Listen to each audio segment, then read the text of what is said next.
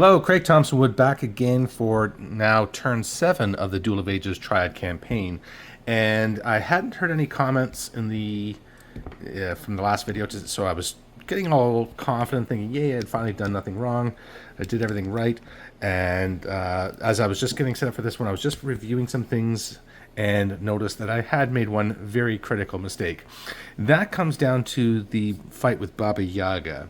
Now, Baba Yaga, as you'll recall, she'd failed to get Odessa of Armory onto her side. Like, she has the ability here where she can, for the melee, get somebody to fight in the combat on her side. But so she had failed to do that. But what it says here is on squeak or worse, Baba Yaga takes 1 damage. Right? So Baba Yaga had survived the combat at 1 wound, but she had failed to do this, so technically Baba Yaga was defeated in that combat, so even Baba Yaga is gone from that. So we'll just put her in jail, because that's what they've been doing. So there is now 3 people in jail here. So we have Ryan Knight, Ned Kelly, Ryan Knight's on the wrong side, Ned Kelly, and now Baba Yaga. So Team Black would do well to try and get somebody over there to free some of these prisoners, because they are in a little bit of trouble now. They've only got 4 people left on the field to the 6 of this team. So if they lose 2 more, that means that Team White will win by valor, because they'll have more than twice the number of combatants on the field. So we'll see if that happens. I've never actually seen that happen in a game, but it'd be interesting to see it happen. But as it stands right now, things are quite close still, with the points and everything. So there's only like 1 labyrinth for the white team and 1 labyrinth for the actually there are 2 labyrinths for the white team. So there's 2 white labyrinths. So yeah, Team Black has a little bit of catching up to do, both in points and in combat. So let's see what they can do as we head right into turn 7.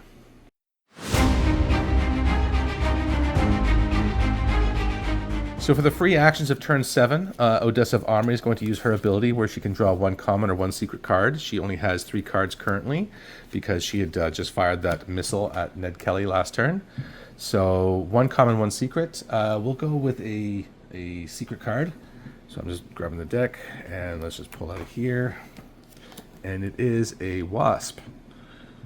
So user gains +2 on all enemy team base adventures. The finest infiltration thing, +1 enemy base advantage. Okay, so let's see if she's able to use this. She doesn't have any of those things, so she won't get that advantage from that. So it's 1 strength and 6 intelligence. She is 2 strength and 6 intelligence, so she is able to use this. So she now has an advantage to get into team bases. So that kind of, I guess, helps to determine where she's going to be going this turn. And nobody else has any free actions that I want to take, so we're just going to get straight on to movement. Because after the free action phase is the firing. So actually, just getting ahead of myself here. Nobody has anything to fire at anybody, so we'll go on to movement. So we'll start off with Jolie, and she is going to 1, 2, 3, 4, 5, 6. I think she just wants to make her way down to the colonial thing here, and Odessa and her hench. And then they're going to go 1, 2, 3, 4, 5, 6 over to here. Now, actually, I'm moving them 6, but they have the undead prince can only move 5, so we're going to have to go with the speed of our slowest member there. And Clara Barton is going to go. She moves 6. 1, 2, 3, 4, 5, 6. She's going to follow Jolie. Corporal Janus moves 6. 1, 2, 3, 4. Can you take on those kung fu punks? You can certainly try. Into there. 5, and we don't have anybody in this thing yet, so I don't really care which one I'm taking there, because I don't have any modern characters on this team anymore. Did I ever? I don't remember now. Okay, Corporal Janus, Flicker. Flicker is going to move on to this hex here so she can pick up those items. And then on to Dr. Memnar. And Dr. Memnar is going to go, you know what? I think Dr. Memnar on a good attack could take out Devin Regal in one shot, and that's going to really put Team Black in a bad way. So we're going to take our chance there and do that. So attacking Devin Regal with Dr. Memnar. And that's going to be it for movement. So Opfire. I don't think there's anybody on this team who has any weapons. Nope. I don't think the sentry gun could see Dr. Memnar coming in from across all that as he came down. I don't know honestly what the line of sight would be like that on that, but definitely can shoot at Flicker. So we'll have that shot at Flicker there. Okay, so we are looking at the Stingray. Oh, so the Stinger. And it has an aim of 7 versus Flicker's stealth of 9. So it's defender better by 2. And I've reshuffled the deck again for this thing. Defender better by 2 is a miss. So it has missed Flicker again. She is effortlessly dodging those shots by the Stinger. Excuse me. So that's it for Opfire. On to melee. So the only melee we have right now is Dr. Memnar versus Devin Regal. So Dr. Memnar has a wits of 4. Devin Regal has a 6. So Devin Regal, he's going to attack, obviously. So his 4 combat versus the 7 wits of Dr. Memnar in the monster form. Because remember, Dr. Memnar is in the monster form, so we're looking at those stats there. So he has it's an defender better by 3. Defender better by 3 is a miss. Okay, so Devin has missed the attack. Dr. Memnar versus Devin has an 8 attack versus a 4 reflex. So it's attacker better by 4. Attacker better by 4 is a hit. Now Dr. Memnar has a strength of a penetrative 6 to an armor of 2. So it's attacker better by 4, which is okay, so it's -2, so he's only done 1 damage to Devin Regal. So Devin got off lucky. I was thinking with the +4 there that he might actually be able to do that bonus damage and take Devin out in the one shot, but Devin has survived with only a scratch. And so that's going to be it for the melee combat. So going on to adventuring. There is no adventuring to be had. Everybody's out in the open. Oh, not true. We have Corporal Janus down here. Corporal Janus is against the Kung Fu Punks. So Corporal Janus sees these punks jumping around a lot, but he doubts that they should be wearing those black belts. So it's a combat. He's a 6 to a 4, so he's better by 2. He doesn't share any of the icons, nor does he share the age. But better by 2, he's hopeful. And better by 2 is a fail. These punks are a lot tougher than anybody's giving them credit for. So he's failed. They may be second rate, but they pound the stuffing out of you. And he's dismissed. And he goes to a red dome. So red dome, I think we just want to concentrate on the labyrinths around here right now. I think, or does he want to come after the? So how good is he against Executal? So that thing's still there. So +1 to hit, +1 damage with all things. So 3 damage. He's still going to get demolished by Executal.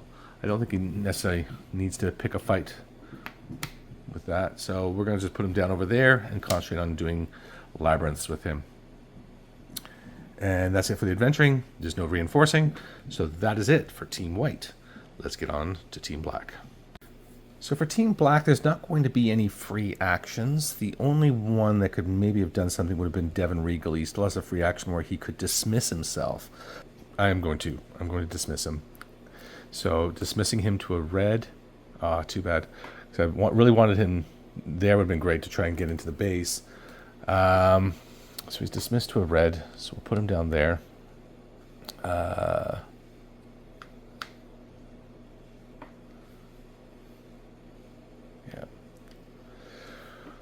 All right, so Devon is dismissed. That's his free action.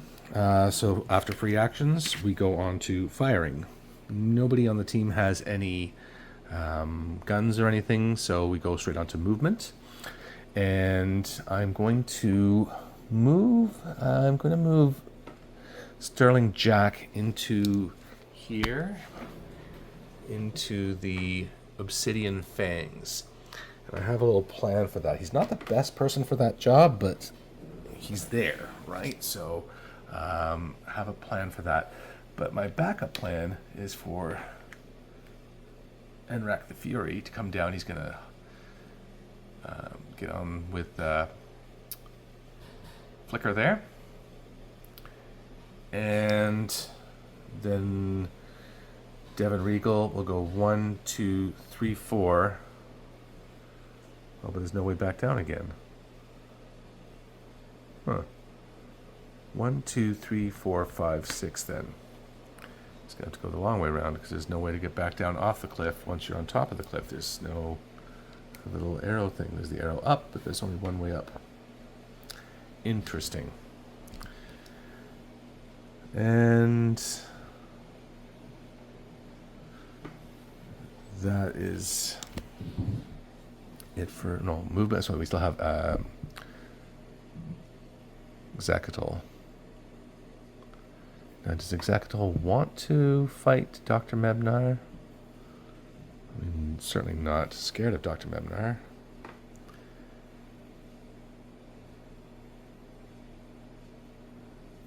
Could be a protracted combat with those two. What I think I'm going to do instead is I'm going to go 1, 2, 3 and just move Xacatl around there. That's also going to give Xacatl a chance to actually hit Flicker, which I hadn't thought of, but I think that really helps out. Try and do all that. You know what then, with Enrak and Xacatl fighting there, then I think what we're going to do, we're going to put Sterling Jack into the Wailing Cave, which he's much better at. I was thinking to try to dismiss Flicker, and that way we could just pick up the stuff and run ourselves, get all of the, not all of the loot. There's only one card that was dropped by Princess Sunglow, and also the Lith Tribute here. But if we just kill her, then it works more to our benefit. So hopefully that can be achieved. I was actually running these two down here to the Colonial, but then I realized there's that Bronco thing, and I'm never very good at that, so I might just have to beg for mercy there with them. But it's not their turn. Let's finish off with Team Black here. All right, so they have moved into that space. So Opfire, Flicker does not have anything to fire with, and nobody can see anything that can have anything to fire with. So we are done with that. And then we're going to go on to the melee. So with the melee, we just have the one melee going on right now, which is up here. So we have Enrak the Fury versus Flicker. And Xacatl thrown in for good measure, because Xacatl's within a 2 aura, so can also attack Flicker. Alright, so we have Flicker versus Xacatl and Enrak the Fury. So looking at wits, Enrak and Flicker both have 7 wits. I said before with melee fights that the defender breaks the tie. It's actually the current team. So the current team breaks the tie. So in this case, it's going to be Enrak the Fury going first. So Enrak is going first. He's an 8 combat versus Flicker's reactive 6, or her reactive 6. So it's attacker better by 2. Attacker better by 2 is that's the amazing card. So attacker better by 2 is a hit. And he's a penetrate of 4 to her armor of 2, so his attacker better by 2 is +1 damage. So he's done 3 damage to her, so she has 1 wound left. Now he gets to fight again. So he's hitting her again. So attack her better by 2 is a miss. Okay, so he has missed. So Flicker, in melee, Flicker can choose to challenge her wits versus the target's reaction when she steals a card and is dismissed. Well, he is... he has neither he nor Executive have any cards, but I think the idea of being dismissed is very attractive to her right now because she's getting her butt kicked. So her wits versus a target's react. So that would be versus Executive here. So her wits of 7 versus a 1. Oh, my singing laundry machine. So is better by 6. Attacker better by 6 is a success. So she doesn't steal any cards, but she will be dismissed, and she is going to a green space.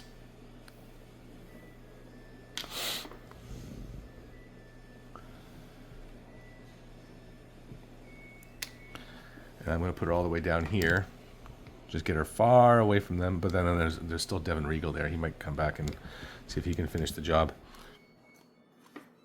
On we go then to the adventuring phase, and in adventuring we are looking at Sterling Jack there. Now he's going to the Wailing Cave, and the Wailing Cave is as follows. So this is where, if he's successful, he's going to get to be able to have somebody put cards into their vault, and that is it's just sort of his best option right now. He felt to do that. So he is chesting. It's a 5 wits, and he is a 9 wits. So it's an attacker better by 4. An attacker better by 4. He's amazed at. He is amazing. So he has successfully done that. So he may choose an enemy with no more than 4 cards. That enemy must place all their cards in their vault, and he gains a Lith tribute point. So Team Black has 1 Lith tribute point. I'll put 1 point there next to Lith. So put a token there. That shows up Team Black has 1 Lith tribute point. And he is going to choose Odessa. And Odessa's going to have to put all of her items into her vault. So that really sort of slows her down now, because she had the plans there. Now the HQ is still busted here. All right, so successful move by Sterling Jack, and he is now dismissed, and he is going to a green dome. So green dome, we have 1 here and 1 here. Those are the only 2 green domes on the map. So I think we want to harass Flicker, try and finish her off.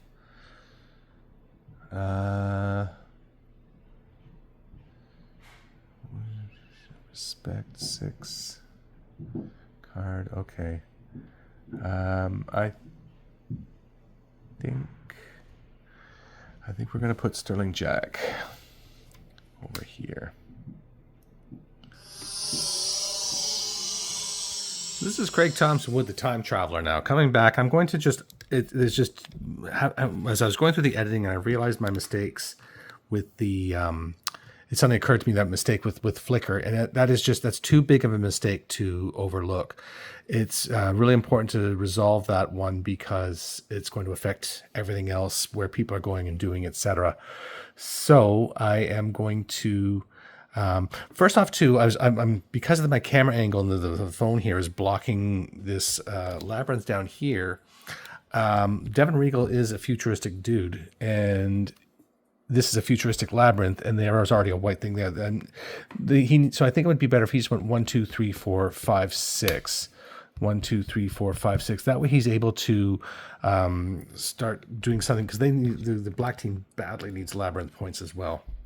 So that's the movement. But now, so Flicker, as I said in my correction there, would not have been able to have escaped that spot. She does it as a melee reaction. So in instead of attacking in melee, she is not attacking Executal. Executal is 2 spaces away. She cannot attack Executal in melee. She can only to Enrac the Fury. And when you looked at the card, if you go back and you look at it on the thing, I believe it was this one, it was a better by 0, because when you're matching the wits of Flicker to the react of Enrac, then you see that it's better by 0.